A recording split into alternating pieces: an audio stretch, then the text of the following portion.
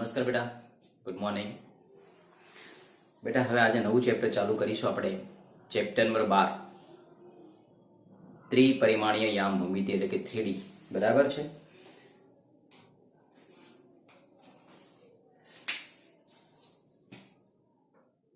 Chapter 12 ત્રિપરિમાણીય યામ ભૂમિતિ એને કહી શકાય છે બેટા 3D કહી શકાય છે. બરાબર છે. ત્રિપરિમાણીય યામ ભૂમિતિ મિત્રો બહુ સારું ચેપ્ટર છે એમ કહી શકાય. તો આપણને ખબર છે પહેલા કે યામાક્ષોની વાત કરીએ. યામાક્ષો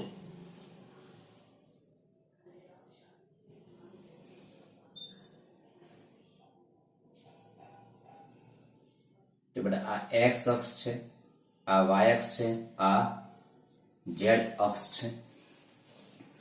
આ ઉગમ બિંદુ છે O00. બરાબર, O00 ઉગમ બિંદુ છે.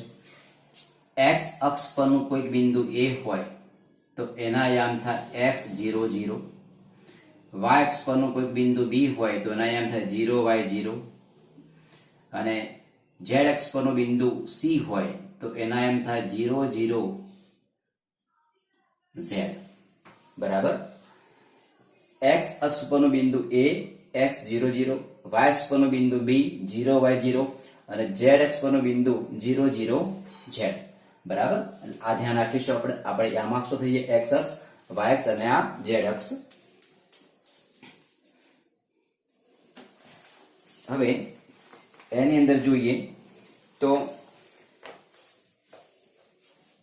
આ એક સમતલ છે x અને y.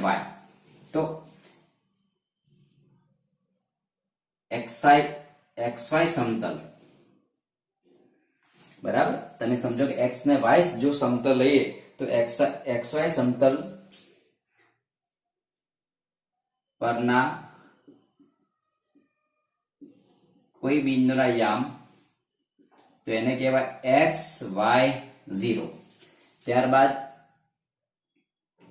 yz સમતલ પરના કોઈ બિંદુના યામ જો લઈએ આપણે તો 0 yz, xy yz અને zx સમતલ પરના કોઈક બિંદુના જો યામ લઈ લઈએ બેટા આપણે તો એના યામ થાય x0z. બરાબર. એટલે આપણે ખ્યાલ હોવો જોઈએ. હવે એના પછી જો આપણે વાત કરીએ બેટા તો ધારો કે તમારી પાસે એક યામ સમતલ આપણે લઈએ. અહીંયા x અક્ષ એક આકૃતિ જોઈએ આપણે. અહીંયા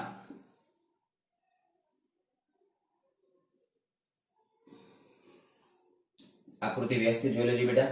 અહીંયા x x', અહીંયા y y', અહીંયા z, અહીંયા z', અહીંયા ઉગમ બિંદુ આપ્યું છે તમને O. બરાબર. ધારો કે તમે અહીંયા એક આમ ભાગ દોરીએ. બરાબર. એની અંદર એક બીજો ભાગ દોરીએ છીએ.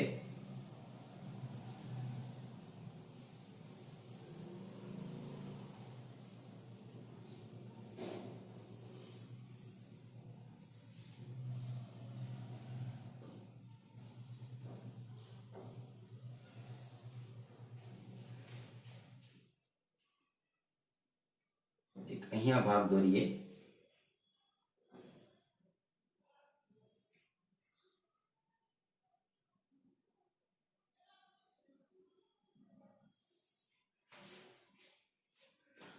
તો મિત્રો ટોટલ 3 સમતલ છે.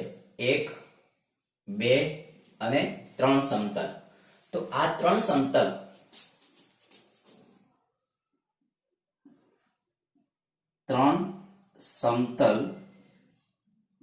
યામાક્ષોને કુલ 8 ભાગમાં વિભાજન કરે છે, જેને અષ્ટાંશ કહે છે, બરાબર, જેને આપણે અષ્ટાંશ તરીકે ઓળખી શકીએ છીએ. હવે અષ્ટાંશના યામ અને તેના અષ્ટાંશ અને તેના યામ. અષ્ટાંશ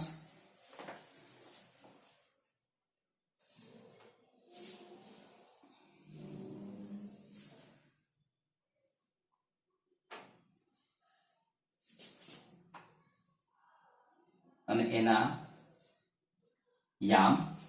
અષ્ટાંશ આપણે લઈએ તો જુઓ, ઓ એક્સ વાય ઝેડ એક અષ્ટાંશ છે.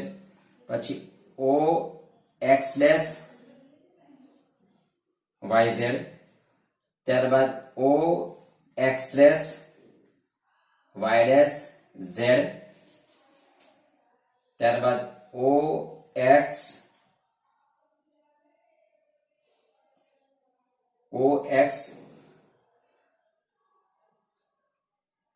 વાય ડેશ ઝેડ,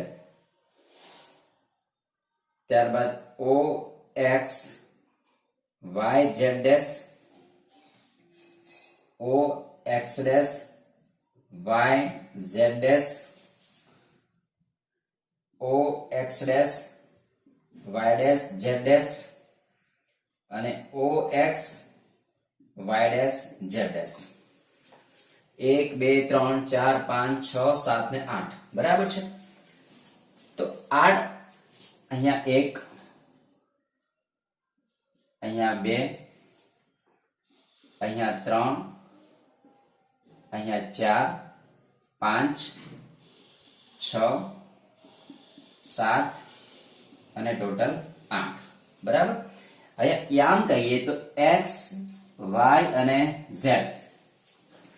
તો અહીંયા o x y z તેમાં x યામ ધન છે, y યામ પણ ધન છે, z યામ પણ ધન છે. અહીંયા x ડેશ છે તો ત્યાં માઈનસ આવશે, આ બંને પોઝિટિવ. હવે x ડેશ y ડેશ તો જ્યાં ડેશ હોય ત્યાં નેગેટિવ લખી દેવાના, બાકી પોઝિટિવ. હવે અહીંયા o x y dash z તો પ્લસ માઈનસ પ્લસ, અહીંયા o x y z dash તો plus plus minus, o x dash y z dash તો minus plus minus, o x dash y dash z dash તો 3 3 minus આવશે. હવે o x y dash z dash તો અહીંયા plus minus અને minus. જો x dash હોય તો ત્યાં માઈનસ, એકલો x હોય તો પ્લસ, માઈનસ હોય તો ડેશ છે, પ્લસ છે તો સિંગલ છે, y હોય તો પ્લસ, y ડેશ હોય તો માઈનસ, z હોય તો પ્લસ અને z ડેશ હશે તો એ નેગેટિવ આવશે, બરાબર. ટોટલ 8 ભાગ છે, 1 2 3 4 5 6 7 ને 8. એટલે આપણે આખા 8 ભાગને, એટલે કે આ જે 3 સમતલો દોર્યા છે, એક સમતલ, બીજું સમતલ અને ત્રીજું સમતલ, 3 સમતલ આખા યામાક્ષોને કુલ 8 ભાગમાં વિભાજન કરે છે, જેને આપણે અષ્ટાંશ તરીકે ઓળખી શકીએ છીએ. એટલે ટોટલ 8 ભાગમાં આખું વિભાજન તમને જોવા મળે છે.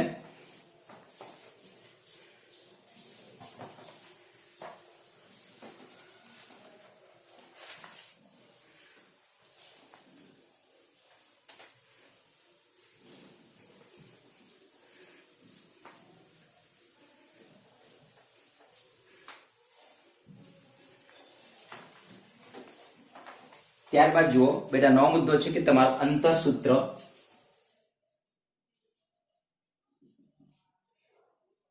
અંતરસૂત્ર તો જો p ના યામ x1 y1 z1 અને q ના યામ x2 y2 z2 હોય તો p તથા q વચ્ચેનું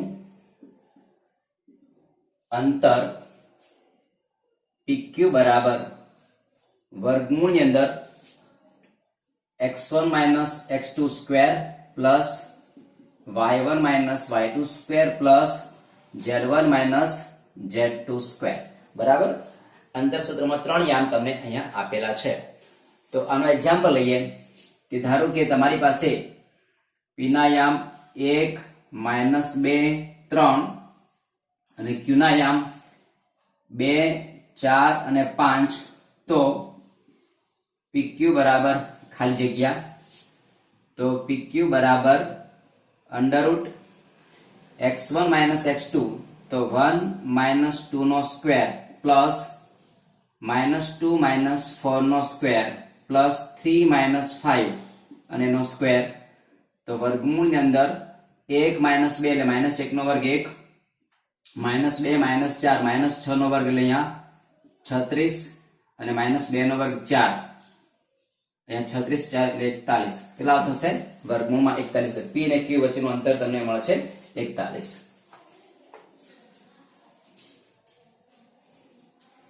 ત્યારબાદ આવે છે વિભાજન સૂત્ર. નો મુદ્દો છે વિભાજન સૂત્ર. તો એક અંતઃ વિભાજન,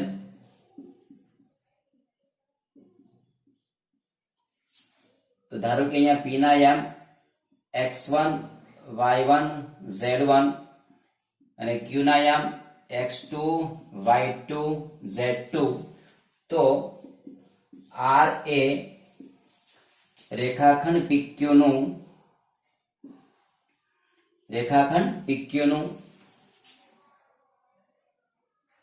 અંતઃ વિભાજન કરે છે, બરાબર છે. તો એટલે ગુણોત્તર લઈએ, ગુણોત્તર જો લઈએ તો લેમડા જેમ 1, બરાબર. તો r ના યામ r x y z બરાબર સૂત્ર બનશે lambda x2 plus x1 upon lambda plus 1, lambda y2 plus y1 upon lambda plus 1, lambda z2 plus z1 upon lambda plus 1. હજુ લેમડા બરાબર m upon n મૂકીએ તો વિભાજન બિંદુ r x y z ના યામ, તો r x y z બરાબર m x2 plus n x1 upon m plus n અલ્પવિરામ m y2 plus n y1 upon m plus n m z2 plus n z1 upon m plus n. બરાબર, આ થઈ ગયું તમારું અંતઃ વિભાજન. હવે બાહ્ય વિભાજનની વાત કરીએ તો જુઓ,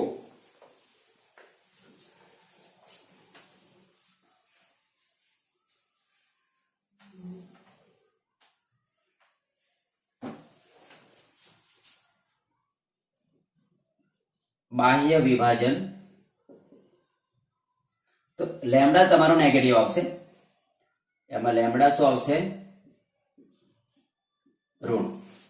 અંતઃ વિભાજનમાં લેમડા શું આવશે અહીંયા લેમડા ધન, અહીંયા ઋણ આવે છે. તો r ના યામ x y z બરાબર લેમડા અથવા લેમડા બરાબર m upon n મૂકી દઈએ તો m x2 minus n x1 upon m minus n અલ્પવિરામ m y2 minus n y1 upon m minus n m z2 minus n z1 upon m minus n. બરાબર, એટલે lambda ઋણ છે તો બાહ્ય વિભાજન છે, લેમડા ધન છે તો એ અંતઃ વિભાજન છે. પછી મધ્ય બિંદુના યામ p x1 y1 z1 અને q x2 y2 z2, તો રેખાખંડ PQ નું મધ્ય બિંદુ r બરાબર x1 plus x2 by 2 y1 plus y2 by 2 અને z1 plus Z2/2 બરાબર। તો અંતઃ વિભાજના યામ, બાહ્ય વિભાજના યામ અને ત્યારબાદ મધ્ય બિંદુના યામ।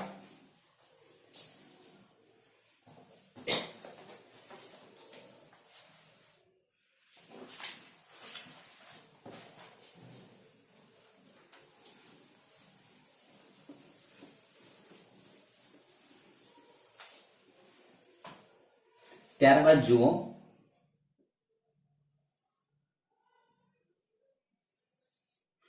ત્રિકોણ AX1 Y1 Z1 B ના યામ X2 Y2 Z2 C ના યામ X3 Y3 અને Z3 બરાબર। તો મિત્રો ત્રિકોણ ABC નું મધ્ય કેન્દ્ર અથવા ત્રિકોણ ABC ના મધ્ય કેન્દ્રના યામ બરાબર x1 plus x2 plus x3/3 y1 plus y2 plus y3/3 અહીંયા z1 plus z2 plus z3/3। તો ત્રિકોણ ABC એના મધ્ય કેન્દ્રના યામ તમે અહીંયા જોઈ શકશો।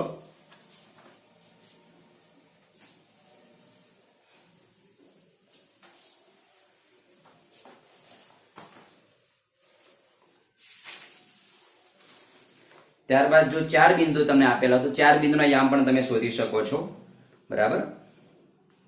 મિત્રો જો સ્વાધ્યાય 12.1 છે, સ્વાધ્યાય 12.1 એમાં પહેલું એક્ઝામ્પલ છે, એક બિંદુ x અક્ષ પર આવેલ છે, એક બિંદુ x અક્ષ પર આવેલ છે, તો તે બિંદુના y યામ અને z યામ શું થાય? તો એક બિંદુ x અક્ષ ઉપર આવેલ હોય તો તે બિંદુના y યામ અને z યામ શું થાય? ધારો કે કોઈ બિંદુ x અક્ષ ઉપર છે,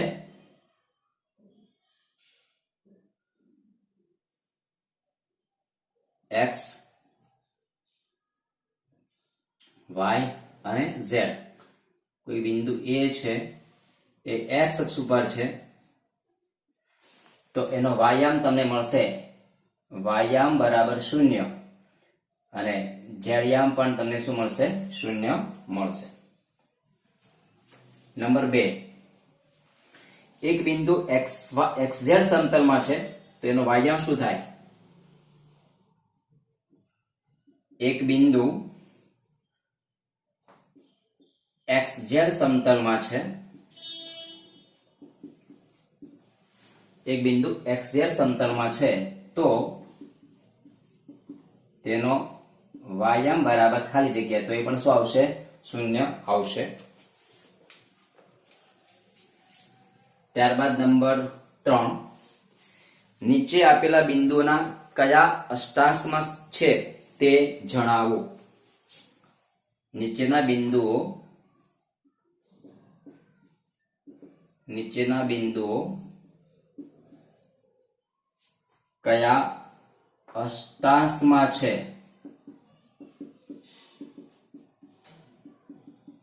તે જણાવો। તો જુઓ, પહેલું બિંદુ છે 1 2 3, 1 2 3, બીજું બિંદુ છે 4 -2 3, ત્યારબાદ 4 -2 -5, ત્યારબાદ 4 2 -5, -4 2 -5, -4 2 5, -3 -1 6, 2 -4 -7 કયા અષ્ટાંશમાં છે? તો આના માટે કયું ચરણ છે? તો પ્રથમ ચરણ છે, એટલે પ્રથમ બરાબર, પછી આ ચોથામાં, પછી આ છઠ્ઠા આઠમામાં, પછી પાંચમામાં, છઠ્ઠામાં, બીજામાં, ત્રીજામાં અને સાતમામાં. અહીંયા આવશે O X Y Z ત્રણે ત્રણ પોઝિટિવ. હવે અહીંયા આવશે જુઓ O X Y dash Z, અહીંયા O X Y dash Z dash, O X Y Z dash, અહીંયા O X dash Y Z dash, અહીંયા O X dash Y Z, O X dash Y dash Z, O X Y dash Z dash. બરાબર, એટલે કયા અષ્ટાંશમાં છે તમને ત્યાં મળી જશે. એના પછી જુઓ નંબર 3, નંબર 4 જે ખાલી જગ્યા છે જે જુઓ. પહેલી ખાલી જગ્યા જો સિમ્પલ છે. x અક્ષ અને y અક્ષ બંને સાથે મળીને જે સમતલનું નિર્માણ કરે છે તેને ખાલી જગ્યા તરીકે ઓળખાય છે તો xy સમતલ. નંબર 3, xy સમતલમાં બિંદુના યામ ખાલી જગ્યા સ્વરૂપે હોય છે. xy સમતલના બિંદુના યામ શું લખાય તો x y ને 0. અને છેલ્લે યામ સમતલો અવકાશનું કયા અથવા કેટલા અષ્ટાંશોમાં વિભાજન કરે છે તો કુલ 8 અષ્ટાંશમાં વિભાજન કરે છે.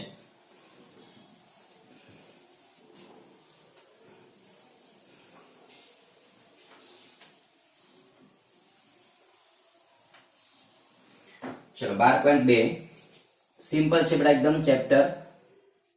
આપેલા બિંદુની જોડ વચ્ચેનું અંતર શોધો.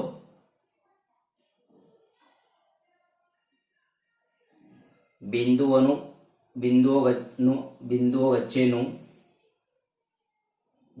વચ્ચેનું અંતર શોધો. તો એમાં 1 છે, 2 3 5 અને બીજું છે 4 3 ને 1. તો બે બિંદુઓ વચ્ચેનું અંતર, તો મિત્રો અહીંયા આને P કહી શકો, તમે આને Q કહી શકો. તો PQ બરાબર વર્ગમૂળમાં x1 માઇનસ x2, તો 2 માઇનસ 4 એનો વર્ગ વત્તા 3 માઇનસ 3 વત્તા 5 માઇનસ 1 નો વર્ગ.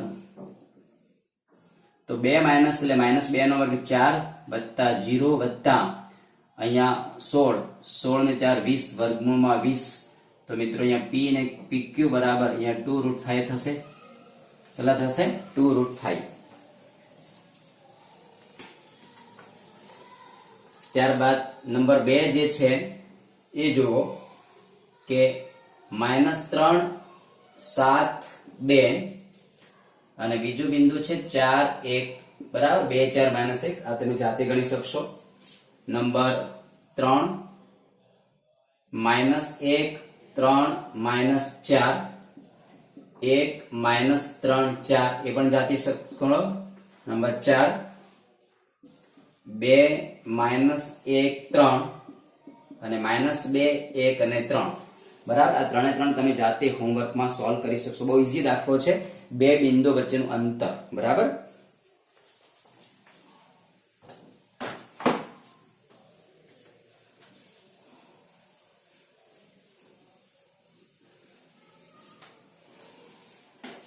જો બેટા એના પછી દાખલો છે કે સાબિત કર્યું કે આપેલા બિંદુઓ સમરેખ છે.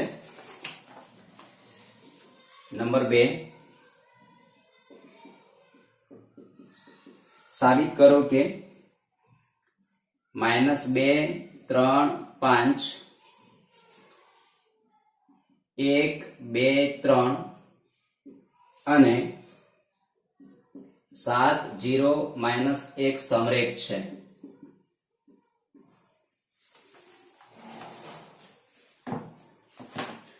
તો ત્રણ બિંદુ સમરેખ હોય તો અંતર સૂત્રથી જો સાબિત કરવું હોય, અંતર સૂત્રથી જો A B C સમરેખ છે તો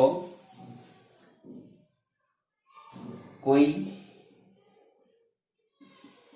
એક બાજુનું માપ બીજી બે બાજુઓના માપના સરવાળા બરાબર થવું જોઈએ.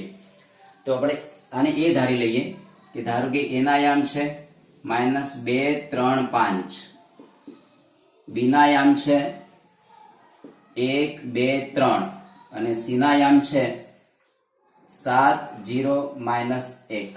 બરાબર. હવે ab શોધી લઈએ. તો ab બરાબર શું થશે? વર્ગમૂળમાં x1 - x2 -2 - 1 નો વર્ગ વત્તા 3 - 2 નો વર્ગ વત્તા 5 - 3 નો વર્ગ.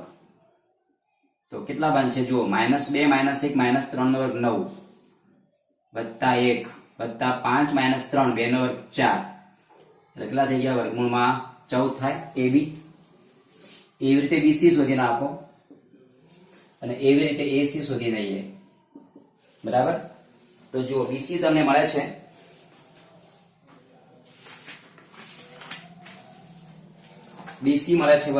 વર્ગમૂળમાં 56 એટલે વર્ગમૂળમાં 4 ગુણ્યા 14 એટલે કે 2 વર્ગમૂળમાં 14 અને ac મળે છે વર્ગમૂળમાં 14. આવું બને છે બેટા. ac મળે છે વર્ગમૂળમાં 3 એટલે વર્ગમૂળમાં 126 મળે છે. તો 9 ગુણ્યા 14 તો 3 વર્ગમૂળમાં 14 આવું મળે છે. તો ab ની વેલ્યુ વર્ગમૂળમાં 14 મળે છે, bc ની વેલ્યુ 2 વર્ગમૂળમાં 14 મળે છે અને ac ની વેલ્યુ 3 વર્ગમૂળમાં 14 મળે છે. તો માટે ab પ્લસ bc બરાબર ac થાય. માટે a b c સમરેખ છે. બરાબર. એટલે બહુ ઈઝી દાખલાઓ છે બેટા. તો આટલા સુધી તમે કમ્પ્લીટ પેલા તૈયારી કરો અને આટલું વ્યવસ્થિત તમે આટલું લખી દો. ઓકે બેટા, થેન્ક યુ.